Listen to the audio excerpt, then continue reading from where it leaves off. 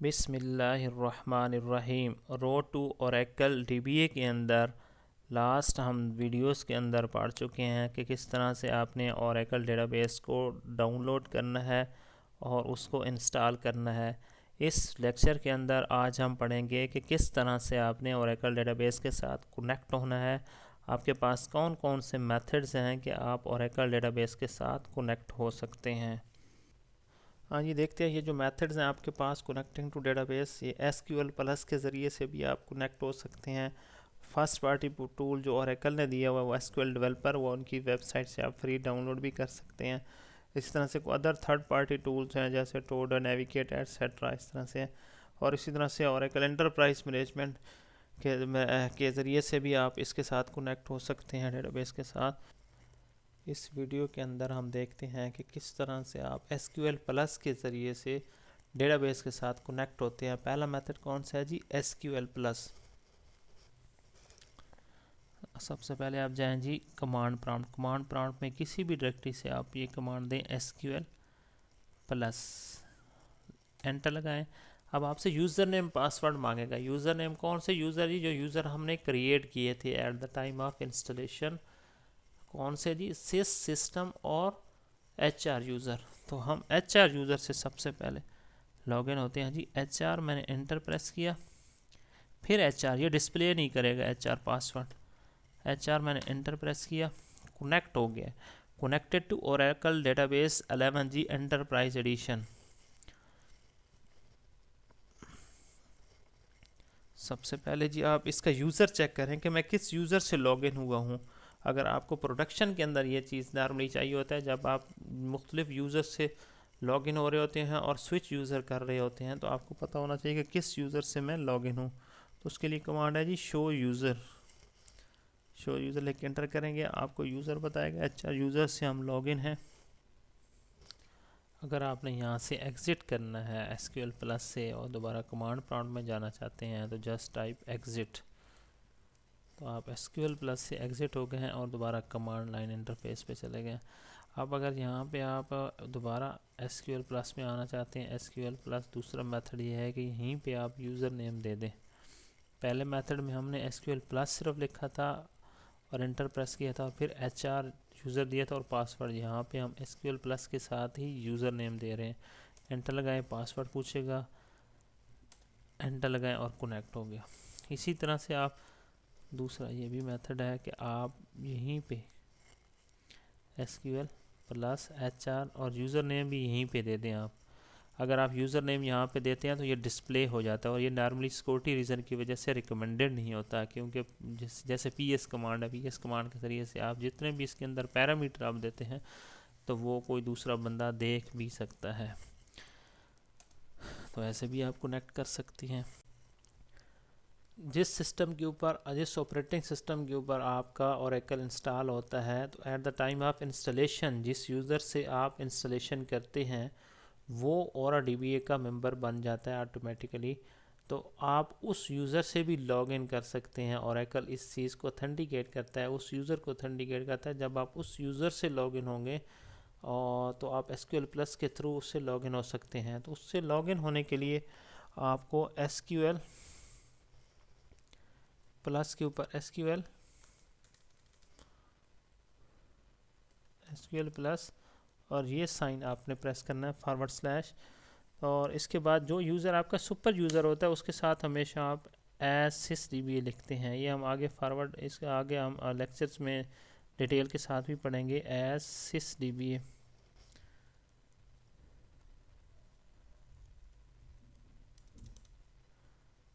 ये आपका उस यूज़र के साथ कनेक्ट हो गया जिससे आपने यूज़र से इंस्टॉलेशन की है और वो यूज़र आपका और DBA का मेंबर भी है। इसी तरह से आप डेटाबेस के बगैर एसक्यूएल के साथ आप कनेक्ट हो सकते हैं। तो उसके लिए मेथड है जी एसक्यूएल प्लस और इसको आप पैरामीटर दे दें नो लॉग। ये आप एसक्यूएल के साथ कनेक्ट हो गए इस रिलीज़ के, एसक्यूएल प्लस की इस रिलीज़ के साथ कनेक्ट हो गए, लेकिन ओरेकल डेटाबेस के साथ कनेक्ट नहीं हुए। इसलिए आप इस एसक्यूएल एनवायरनमेंट की जो एडमिनिस्ट्रेटिव टास्क हैं वो कर सकते हैं, लेकिन ओरेकल डेटाबेस को आप नहीं ऑपरेट कर सकते यहाँ से। Select name from V dollar database, अगर आप क्लिक करेंगे तो उसने लिखा हुआ जी नॉट कनेक्टेड। तो कनेक्ट करने के लिए आपने कनेक्ट HR/HR एंटर लगाएं। ये कनेक्टेड हो गया HR यूज़र से। ये देखें जी मैं HR यूज़र के साथ कनेक्टेड हूँ, और अगर मैं दूसरे यूज़र के साथ कनेक्ट होना चाहता हूँ तो मुझे सबसे पहले इसको डिसकनेक्ट करना पड़ेगा। डायरेक्ट भी मैं जा सकता हूँ कनेक्ट करना, लेकिन वो रिकमेंडेड नहीं है, क्योंकि आपकी जितनी भी अनकमिटेड ट्रांजैक्शंस हैं वो आपकी लॉस हो जाएंगी। जिस तरह से अगर आप ये देखें, मैं कनेक्ट करना चाहता हूँ कनेक्ट सिस। अगर मैं सिस के साथ कनेक्ट होना चाहता हूँ तो पहले मैं इसको डिसकनेक्ट कर लूँ। ये रिकमेंडेड है, HR के साथ मैं डिसकनेक्ट कर दूंगा।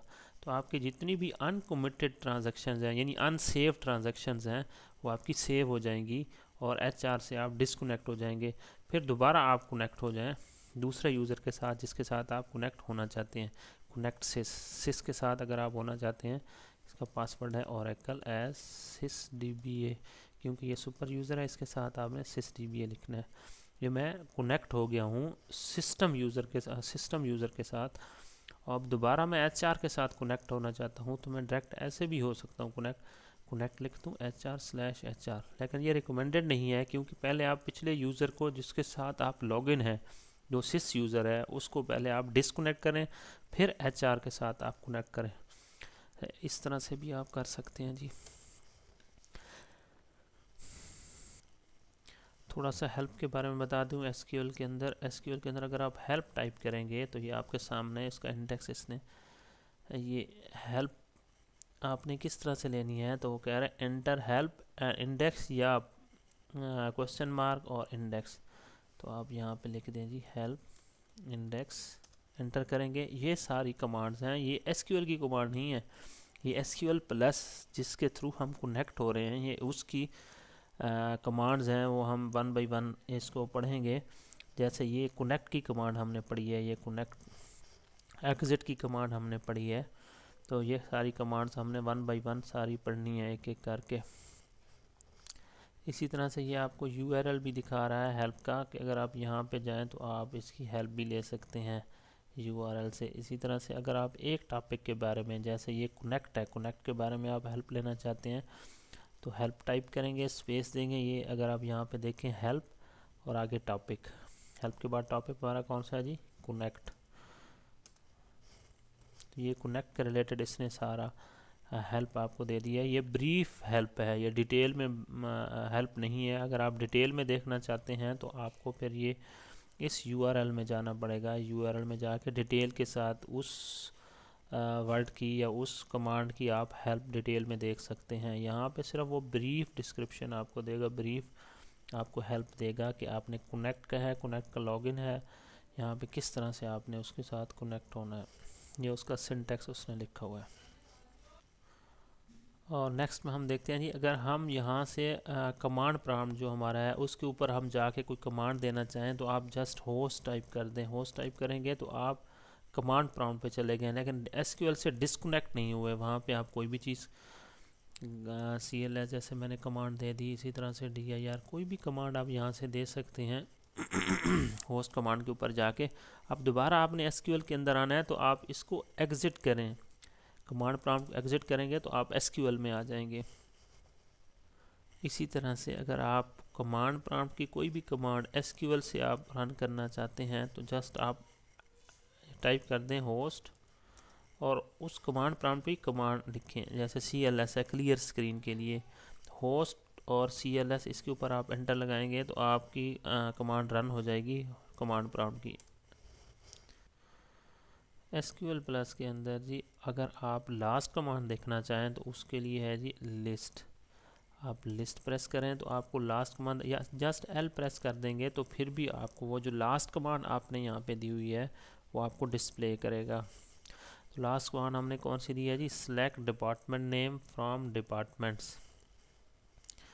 इसी तरह से अगर आप इस कमांड के अंदर, ये आपके पास 3 लाइनों में है, इसको अब एडिट करना चाहते हैं, जैसे ये डिपार्टमेंट्स है तो आपने डिपार्टमेंट्स की जगह पे डिपार्ट सिर्फ लिखना था, डिपार्टमेंट्स लिख गए हैं, एरर हो गई किसी वजह से, या फ्राम की जगह इसके स्पेल आपने गलत कर दिए हैं, तो आप इसको करेक्ट करने के लिए आपको इस स्टेटमेंट को एडिट करना पड़ेगा।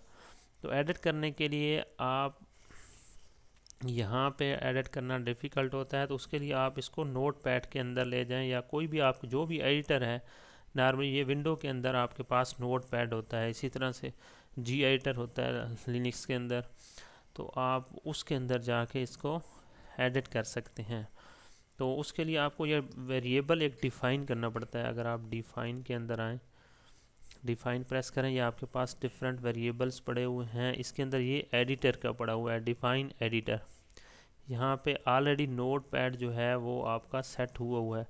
अगर आपका सेट नहीं हुआ तो आप यहाँ पे इसको सेट भी कर सकते हैं। अब अगर आपको इस स्टेटमेंट को एडिट करना है, जैसे मैं यहाँ पे होस्ट CLS, इससे ये स्क्रीन आपकी क्लियर हो गई है, L प्रेस किया, लिस्ट, इसने लास्ट जो स्टेटमेंट आपने दिया उसको डिस्प्ले किया है। अब मैं इसको एडिट करना चाहता हूँ, तो जस्ट मैं प्रेस करूँगा एडिट, तो इसने इसको नोट पैड के अंदर ओपन कर लिया। यहाँ पे आके आप इसको चेंज कर सकते हैं, जो भी आपने यहाँ पे इसको डिपार्ट करना है, डिपार्टमेंट्स करना है, जो भी आप इसको यहाँ पे एडिट करें और यहाँ पे आप इसको सेव कर दें दोबारा। और इस फाइल का नाम अगर आप देखें तो ये फाइल है, इस फाइल को आप डायरेक्ट ओपन करके भी आप उसको एडिट कर सकते हैं। इसको मैंने क्लोज कर दिया। आप यहाँ से इस तरह से एडिटिंग भी कर सकते हैं अपनी किसी भी स्टेटमेंट के अंदर। थोड़ा सा अब इसके अंदर हम फॉर्मेटिंग देख लें कि ये जो आपके सामने डिस्प्ले आ रहा है, जो डेटा आपके सामने आ रहा है, इसकी अगर आप फॉर्मेटिंग करेंगे तो किस तरह से करेंगे। तो सबसे पहले हम देखते हैं कि इसके अंदर हमारे पास यूज़र के पास कौन कौन से टेबल्स अवेलेबल हैं। सेलेक्ट स्टैटिक फ्रॉम टैब, इसके अंदर एक टेबल अवेलेबल है एम्प्लॉइज़। ये एम्प्लॉइज़ के अंदर एम्प्लॉइज़ के रिलेटेड इन्फॉर्मेशन अवेलेबल है। तो हम एम्प्लॉइज़ के अंदर देखते हैं कौन कौन से कॉलम है। डिस्क्राइब एम्प्लॉइज़, तो इसके अंदर ये कॉलम है। ये जो पहले कॉलम है employee ID, first name, last name, email, phone number, ये और सैलरी, ये हम इसको सिलेक्ट करते हैं ताकि देख सकें कि इसके अंदर कौन कौन सा डेटा अवेलेबल है। Set employ ID, first name और लास्ट नेम, इसके बाद आप इसका ईमेल और आप इसकी सैलरी, और इसके बाद आप जॉब आईडी, एम्प्लॉइज, ये हम सेलेक्ट करने जा रहे हैं। डेटा देखना है हमने, इसके अंदर जितना भी डेटा पड़ा होगा वो आपको यहाँ पे शो करवाएगा। ये देखें जी, डेटा उसने शो करवाया। हमने कौन कौन से उसको कॉलम्स कहते हैं, employ ID, first name, last name, email, salary और जॉब आईडी। लेकिन यहाँ पे थोड़ा सा मिक्सअप हो गया है क्योंकि ये लाइन आगे इसको ब्रेक कर दिया इसने नीचे, तो यहाँ पे ये सारा मिक्स हो गया है। तो अब इन कॉलम्स को हम फॉर्मेट करने चाहें, जैसे ये फर्स्ट नेम है, इसके अंदर आप देखें जी कैरेक्टर तकरीबन 20 कैरेक्टर्स का ये कॉलम की विड्थ है, और इसकी भी तकरीबन 25 की विड्थ है। तो इसको हम इसकी फॉर्मेटिंग करना चाहते तो उसके लिए आपको कॉलम की कमांड देनी पड़ेगी।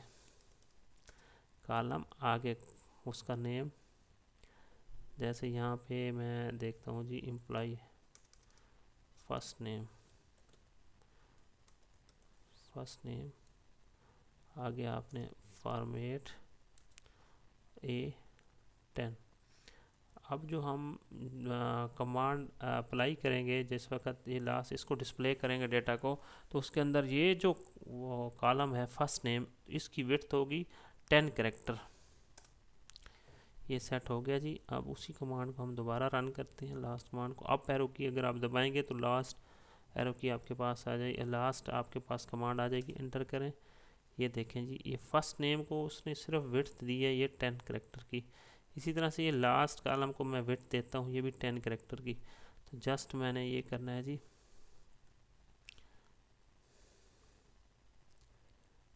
यहाँ पे मैं इसको कर देता हूँ लास्ट नेम A10। अब इस कॉलम को भी मैंने विड्थ 10 कर दी। इसी तरह से ये जो मेरे पास ईमेल आ रहा है इसको भी मैं कर देता हूँ 10, इसकी विड्थ को भी 10 कर देता हूँ। और अब डिस्प्ले में करवाता हूँ जी। तो अब आपके सामने ये नज़र आ रहा है कि आपको समझ आ रही है, मिक्स नहीं हो रहे। इसी तरह से जी जो आपके पास साथ पेज साइज़ आ रहा होता है, जैसे ये देखें आप, सेलेक्ट डायरेक्ट फ्रॉम डिपार्टमेंट्स, अगर आप सेलेक्ट करते हैं तो ये देखें जी हर 10 लाइनों के बाद एक फिर रो हेडिंग आ जाती है, हर एक कॉलम्स की हेडिंग आ रही है। तो इस हेडिंग को अगर आपने क्लियर करना है तो आप एक कमांड है यहाँ पे जी, सेट पेज साइज